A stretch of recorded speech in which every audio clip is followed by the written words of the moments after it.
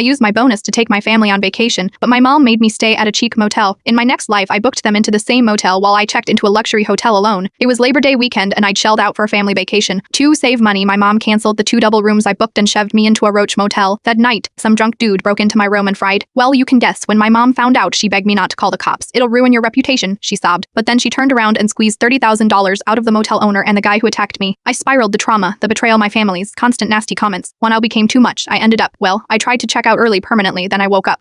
It was the day my mom forced me into that motel. Mom, I said, why don't you take the roach motel? Living a second life, I was going to make sure the tables were turned. A family suite sleeps 4.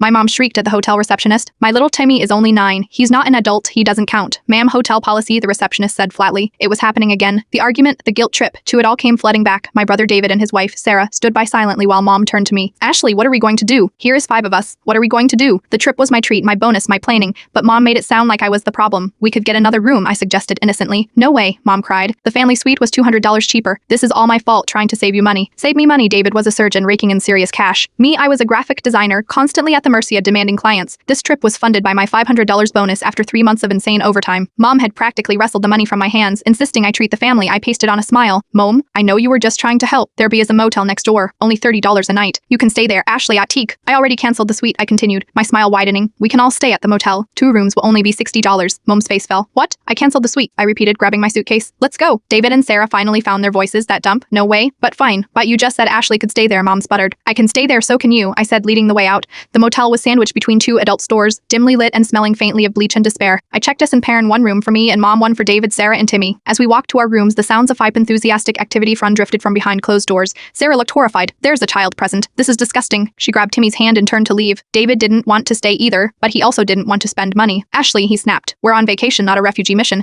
This place is uninhabitable. I put on my best innocent face. I booked 2 rooms. Mom changed it to the suite. Now there's no room at the inn. It's not my fault. From behind a nearby door, a headboard banged rhythmically against the wall. Timmy giggled and mimicked the sound. David smacked him on the back. Mom, he yelled. What were you thinking? In my past life, I'd wondered the same thing. Why did mom insist I spend money, then try to save it in the most ridiculous ways? I only understood after I died. My spirit lingered, watching my family's reaction. Relief finally, mom sighed. Later I pieced together the truth. I was born to be a blood bank for David. He had a rare blood type, and my parents were terrified he'd need a transfusion. So they had me, Sina. David never needed my blood. By the time they realized close relatives weren't ideal donors, I was too old to give away. I became the unwanted extra, a leech on their resources. Mom wasn't trying to save me money. She thought I wasn't worthy of it.